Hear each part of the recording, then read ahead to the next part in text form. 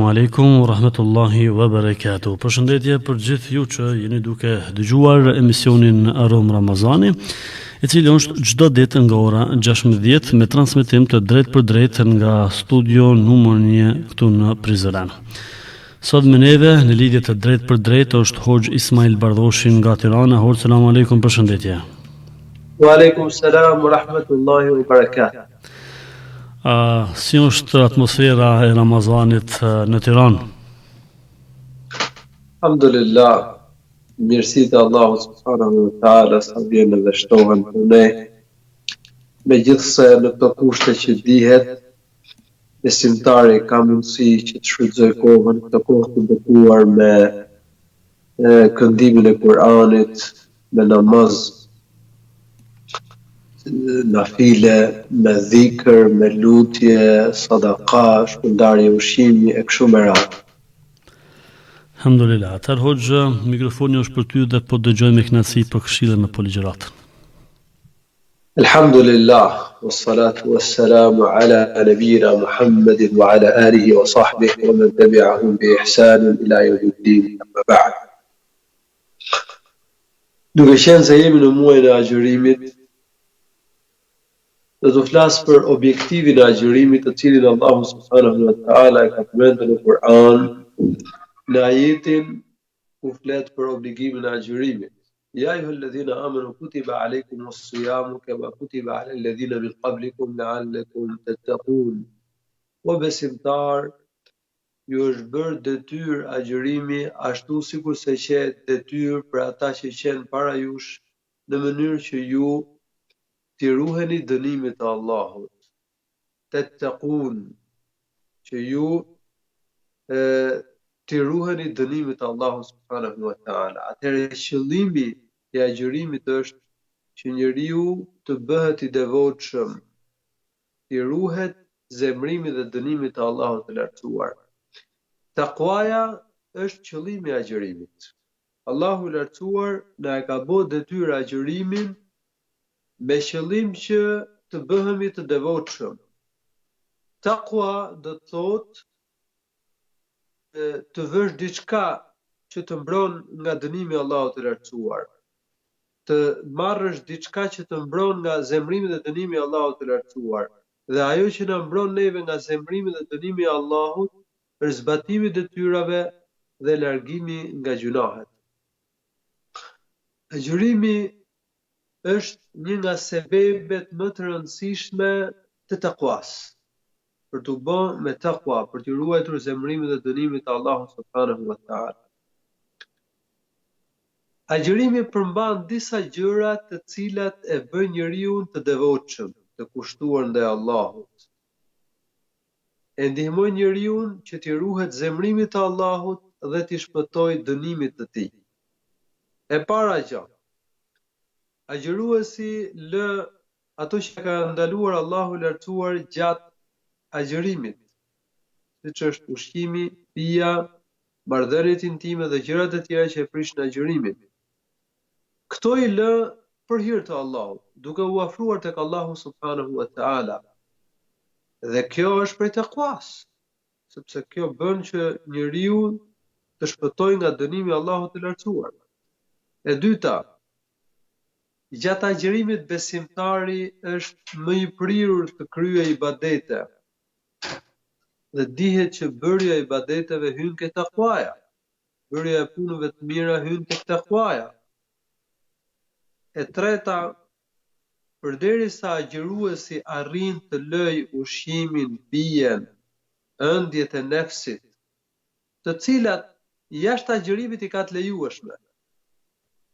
Përderisa arrin të lëjë këto gjëra të cilat jashtë agjërimit janë të lejueshme, atëherë që të lëjë gjërat që janë të ndaluara, si gjatë agjërimit, edhe jashtë agjërimit, është dhe më e arsyeshme.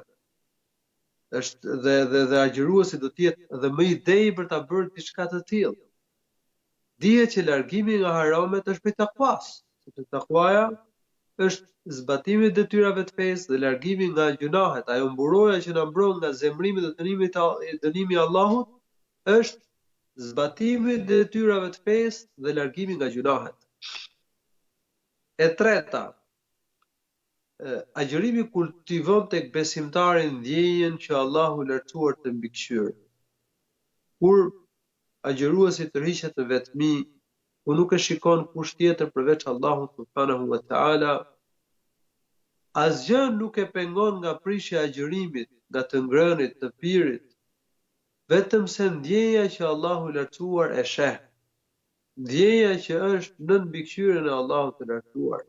Kjo është një ndjenjë shumë e rëndësishme, sepse kur besimtari ka ndjenjen që Allahu i lartësuar e shikon, do të ruhet nga haramet, do t'i kryejë detyrat, edhe kur është në vetmi, edhe kur nuk e shohin njerëzit. Pra agjërimi na kultivon këtë ndjenjë kaq të rëndësishme, e cila na shtyn të kryejmë detyrat e fesë kudo që të jemi, dhe të ruhemi nga gjunahet kudo që të jemi. E thamë që takvaja është zbatimi i detyrave, largimi nga gjunahet. Agjërimi kultivon tek besimtari dhe ndjenjën e sinqeritetit. Kur tërhiqemi në vetmi, siç e tham pak më përpara, po të mos ishte fakti që besimtari agjëron për Allahun, e prish agjërimin. Gjithashtu, agjërimi në fakt ka në thelb niyetin. Çdo ibadet nuk pranohet tek Allahu i lartësuar pa niyetin. Por ibadetet e tjera kanë niyet dhe veprime, ndërsa agjërimi përmban niyetin, elementin kryesor, dhe braktisjen e gjërave. Agjëruesi nuk ose vepron diçka, por braktis ta gjëra. Kështu që agjërimi është një sekret mes Allahut subhanahu wa taala dhe mes robit. Prandaj dhe Allahu subhanahu wa taala agjërimin ja ka dedikuar vetes. Ka thënë një hadith qudsi, agjërimi më përket mua. Abu Huraira radhiyallahu anhu tregon se i dërguar Allahu sallallahu alaihi wasallam ka thënë: kullu amali ibn Adam yuda'a al-hasanatu bi'ashri amthaliha ila 700 ضعف. قال الله إلا الصوم فإنه لي وأنا أجزي به. Të gjitha punët e birit të Ademit shumëfishohen, 1 mirë me 10 mirë deri në 700 fish.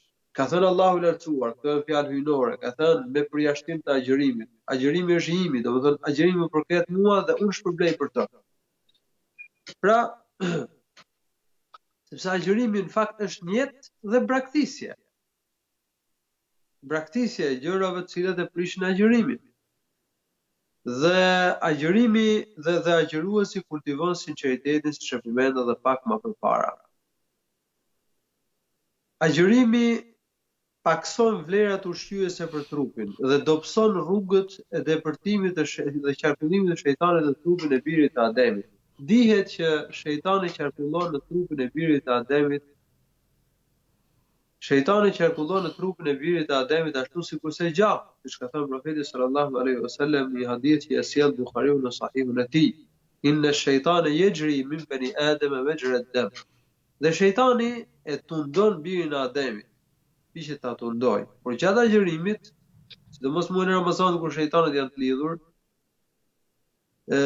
por edhe jashtë Ramazanit, agjërimi domethënë bën që të paksohen vlerat ushqyese për trupin dhe dobësohet ndikimi i shejtanit tek biri i Ademit. Dhe kur njeriu nuk është në ndikimin e shejtanit, kur nuk arrin që ta tundojë shejtani, do të jetë pra njeriu më i prirur për të bërë punët e mira dhe do të ruhet më fort nga gjunahet. Agjëruesi kujton dhe mirësitë e Allahut subhanahu wa taala. Mirësitë që na ka bërë Allahu janë të shumta. Ushqimi dhe pija janë 2 mirësi të veçanta që ne ka bërë Allahu i lartësuar. Zoti i gjithësisë për ne ka krijuar burimet e ushqimit dhe burimet e pijes. Këto janë mirësi që ne duhet t'i ndjejmë, por kur njeriu nuk i mungon diçka, nuk e ndjen fort atë. Që të ndjesh lodhjen që ka njeriu që është duke ecur në këmbë, të duhet që të zbresësh nga mjedi i udhëtimit dhe të ecësh në këmbë bashkë me të. Të ndjejmë dhimbjen e etjes dhe të urisë në mungesë të ushqimit, duhet që domethënë të jemi në kushtet ku na mungon ushqimi. Kështu që gjatë agjërimit ne ndjejmë dhimbjen e etjes dhe turisë. Dhe kjo na kujton mirësinë e ushqimit dhe të pijes që Allahu lartësuar ka krijuar për ne. Dhe do të na shtyjë që të falenderojmë Allahun. Kemi falendërues ndaj Zotit me zemër, ja dim Allahut për mirësitë e shumta që na ka bërë, siç është ushqimi dhe pija. Falenderojmë Allahun me gojë. Dhe gjithashtu mirësitë që na ka dhënë Allahu subhanahu wa taala ti përdorim për të kënaqur Allahun, për të bërë ibadet, për të bërë ato gjëra të cilat sjellin për ne kënaqësinë e Allahut subhanahu wa taala. Agjëruesi kujton dhe të varfrit, nevojtarët, kujton njerëzit që kanë nevojë për ushqim, për pije, kanë nevojë për ndihmë. Kur ndjen dhimbjen e etjes dhe turisë, besimtari kujton njerëzit në nevojë, që nuk kanë ushqim, apo që kanë nevoja të ndryshme, dhe do të përpiqet që t'i ndihmojnë ata. Ndihma që u jepet të varfërve, ushqimi që u jepet të varfërve, solidarizimi me njerëzit në nevojë, hyn ke takvaja. Pra këto janë disa aspekte të takwas që arrihen përmes agjërimit. Duhet kemi parasysh që realiteti dhe thelbi i agjërimit, objektivi i agjërimit është që të braktisim gjunahet. Nëse një besimtar ka ruajtur veten nga të ngrënit, nga të pirit, por nuk ka ruajtur veten nga gjunahet e gojës, siç është gibeti, përgojimi, thashethemet, gënjeshtra, dëshmia e rrem, përçmimi i muslimanëve, tallja me të tjerët. Pra nëse njeriu nuk e ruan veten nga të ligët, nga të metat, nga gjunahet e gojës, agjërimi i tij nuk është i plotë. Agjërimi i tij ka mangësi dhe rrezikon që të humbë shpërblimin e agjërimit. Këto gjëra cënojnë agjërimin, gjunahet e gojës. Dhe prandaj Allahu lartësuar ka përmendur la'allakum tattaqun, domethënë agjërimi është bërë detyrë që ju të bëheni të devotshëm, që ju të ruani zemrimin dhe dënimin e Allahut të lartësuar. Duhet ta kemi parasysh qëllimin, objektivin e agjërimit.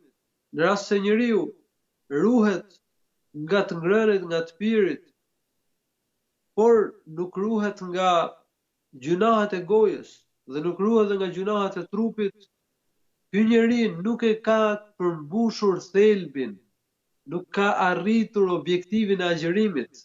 Agjërimi i tij është i mangët. Agjërimi i tij është formal. Si detyrë i quhet, e ka kryer si detyrë, por ama rrezikon të mos marrë shpërblimin e agjërimit, e ka humbë thelbin e agjërimit dhe kjo është një çështje shumë e rëndësishme. Dhe besimtarëve duhet të tërhiqet vëmendje për këtë çështje.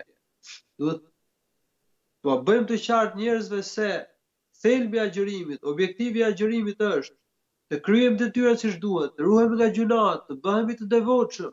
Prandaj Allahu lartësuar na ka bërë detyrë agjërimit.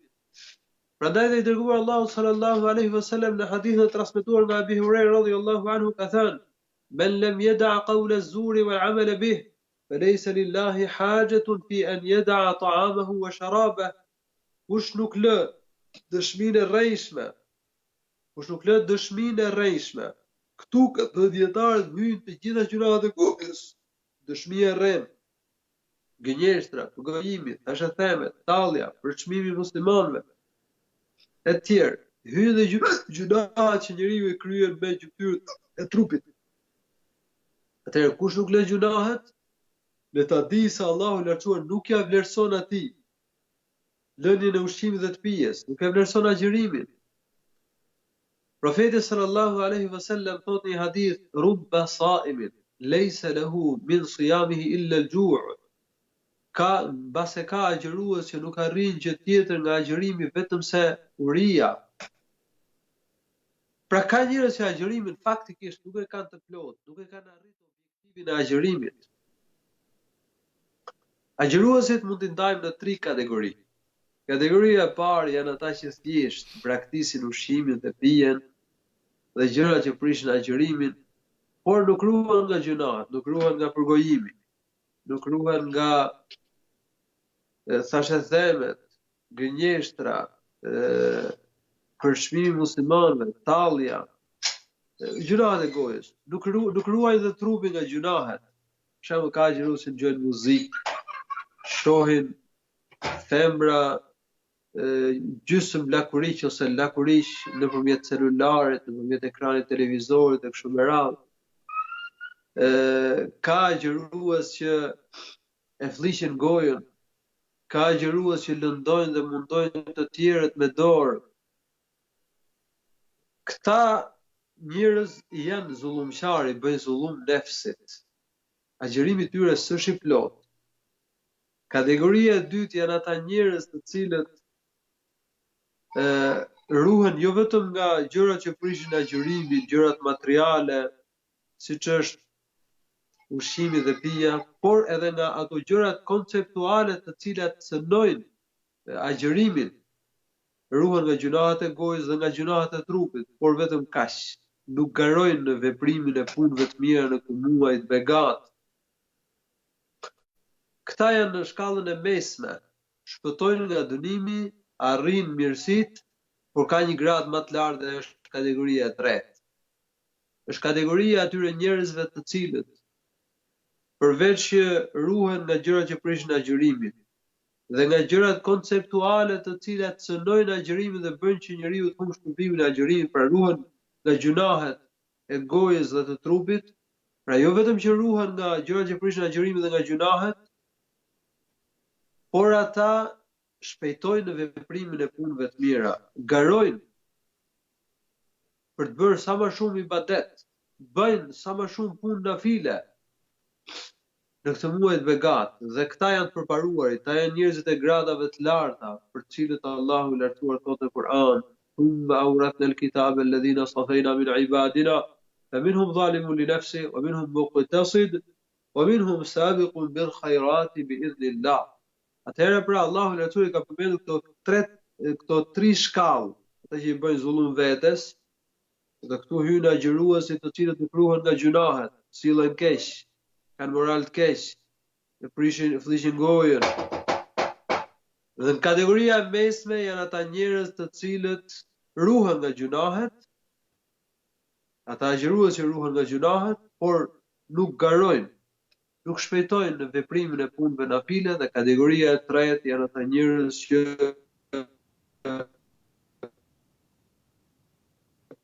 veprimin e punëve nafile kryejnë sa shumë punë nafile të muaj, pra përveç që ruajnë agjërimin, ata përpiqen të afrohen sa më shumë tek Allahu i lartësuar në punët nafile, wa minhum sabiqun bil khayrati bi'idhnillah. Wa minhum sabiqun bil khayrat.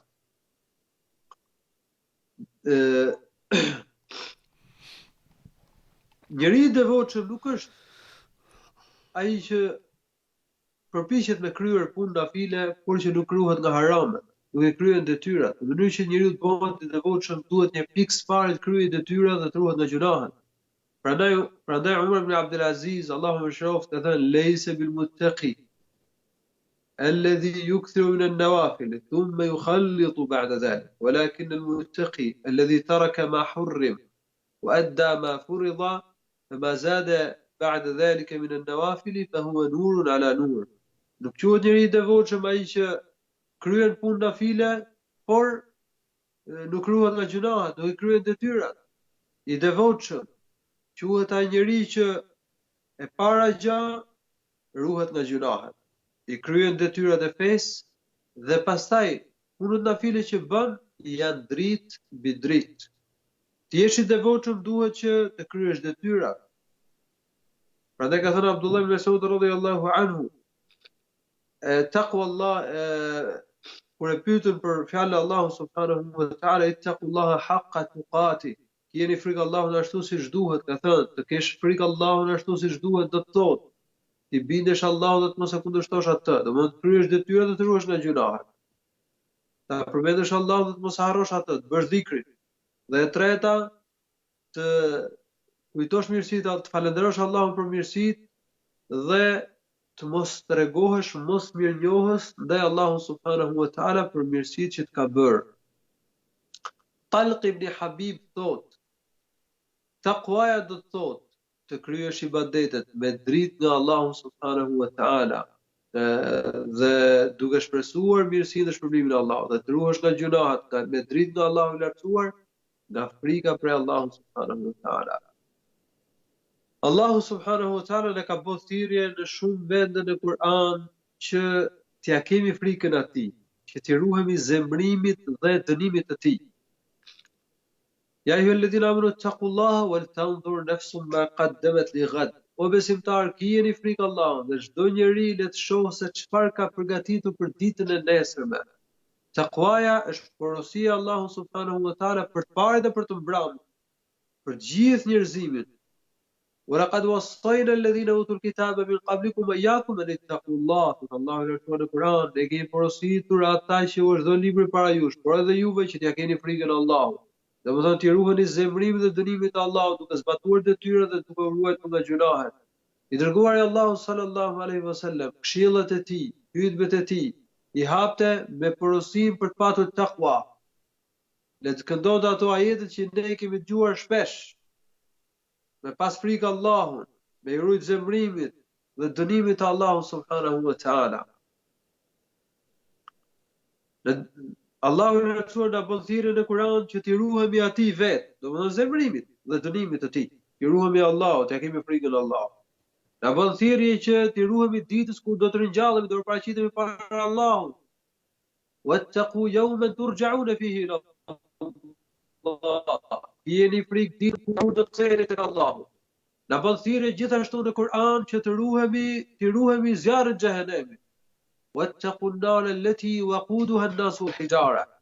Jeni frikë zjarrit të xhehenemit, lënda të cilët janë njerëzit dhe gurët.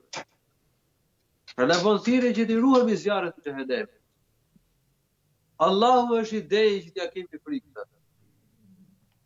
Ai është më i fuqish, ai ka fuqi në dorë. Ai ka gjithçka në dorë. Mëshira e tij është e madhe, por edhe zemrimi i tij ekziston. Edhe dënimi i Allahut është i ashpër dhe i rënd. Prandaj duhet me pas frikën Allahut subhanahu wa taala. Është më i denjë që t'ja kemi frikën. Huwa ahlu taqwa. Allahu është i denjë që me pas frikën, me i rujt zemrimit dhe dënimit të tij subhanahu wa taala. Njerëzit e devotshëm kryejnë detyrat dhe ruhen nga gjunahet. Allahu i lartësuar në disa vende në Kur'an ka përmendur cilësitë e njerëzve të devotshëm. Për shembull, sura Al-Baqara ka thënë: "Laysa al-birra an tuwallu wujuhakum qibala al-mashriqi wal-maghrib, walakinna al-birra man amana billahi wal yawmil akhir wal malaikati wal kitabi wan nabiyyin wa ata al-mala ala hubbihi dhawil qurba wal yatama wal masakin wa ibn as-sabili was-sa'ilin wa fi ar-riqabi wa aqama as-salata wa ata az-zakata والموفون بعهدهم إذا عاهدوا والصابرين في البأساء والضراء وحين البأس أولئك الذين صدقوا وأولئك هم المتقون. Ndërcilësitë e besimtarëve që Allahu i lartësuar ka përmendur në këtë ajet, ndër të tjera për Allahu i lartësuar ka përmendur imanin, me besu Allahun, ditën e gjykimit, me lajket, librat, të dërguarit.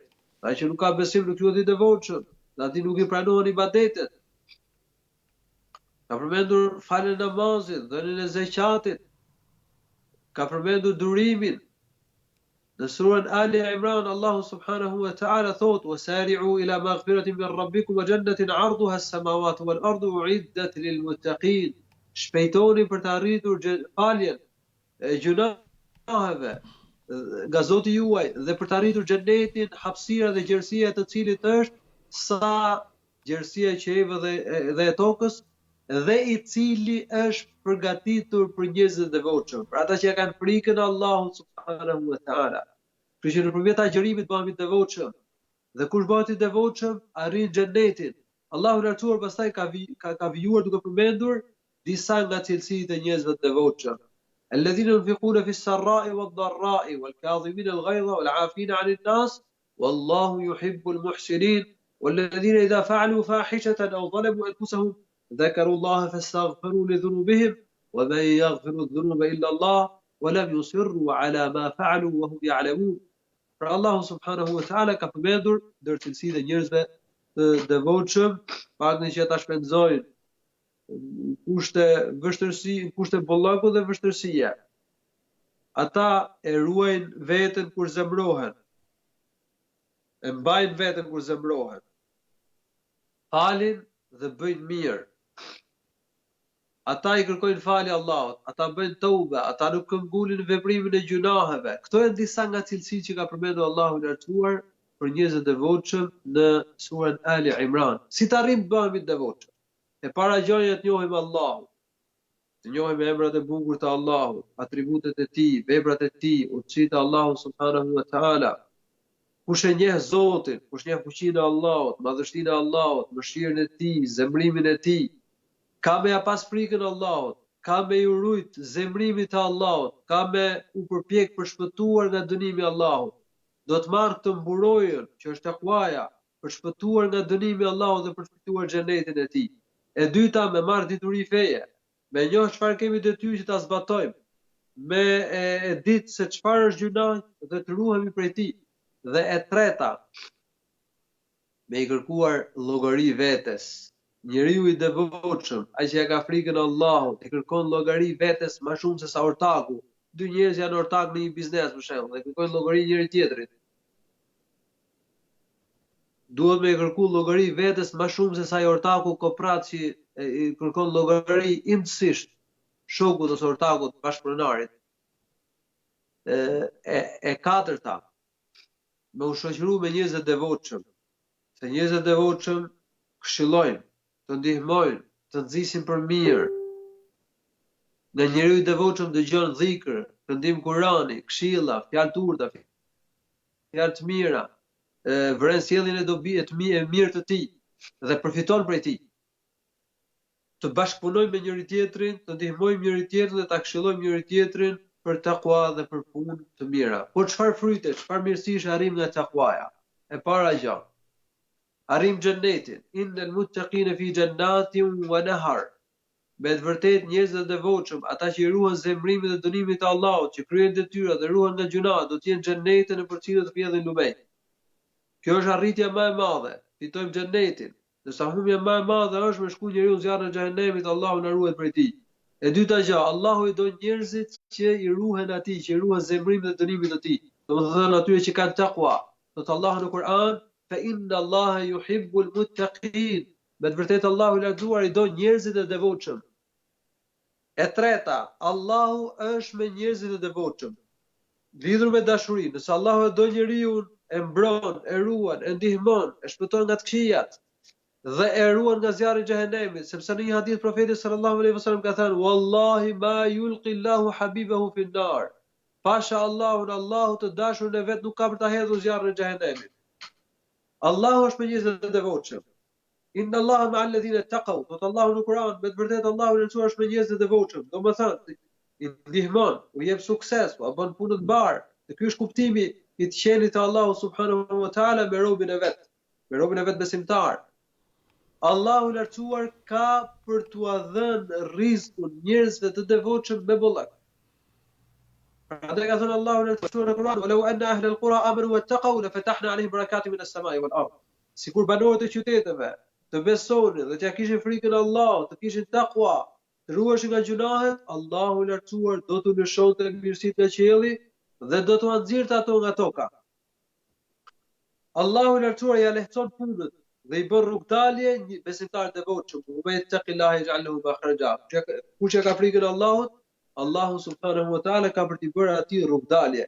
Dhe përfundimi i mirë ka me qenë për njerëzit e devotshëm. Kush ka frikë Allahut, ruhet nga gjunahet, Allahu do të bëjë që ai të ketë përfundim të mirë në këtë botë. Që ai ta mbyll jetën me iman, ketë përfundim mirë në ditën e gjykimit.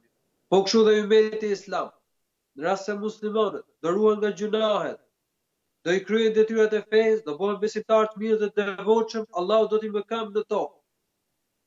Allahu do t'i bëjë fitimtar dhe ngadhjimtar. Allahu do t'u jap forcë dhe pushtet. Dhe do t'u udhëheqë dhe do të paraprit. Nga ana tjetër, nëse besimtarët nuk ruhen nga gjunahet, nuk i kryejnë detyrat e fesë, atëherë do kenë dobësi, do kenë paraprit, do të jenë pravambetur, sikurse është gjendja e shumicës muslimanëve në kohën tonë. Nuk do kenë pushtet, s'do kenë forcë. Kanë me në përkëmbër të tjerë, kështu që zgjidhja është takvaja. Dhe muaji i agjërimit është muaji i takwas. Është muaji që na shtyn të bëhemi me takwa. E lusë Allahun subhanahu wa ta'ala që të na bëjë njerëz të devotshëm. E lusë Allahun që të na bëjë për atyre që realizojnë objektivin, qëllimin e agjërimit e që është takvaja. Allahu shpërblet të mira. Amin. Edhe juve hoxha Allah ju shpërblet për këtë lidhje direkte. Do të dëgjohemi në projektet tona tjetër të radhës. Ju faleminderit shumë dhe selam aleikum. Wa alaikum salam. Të nderuar dëgjuesi, ishte në lidhje direkte hoxh Ismail Bardhoshi nga Tirana. Dëgjuam disa këshilla të arta për muajin Ramazan e ne do të dëgjohemi sërish në emisione tjera të radhës. Ju vazhdoni edhe me tutje të qëndroni me Radion Audionor. Asalamu aleikum.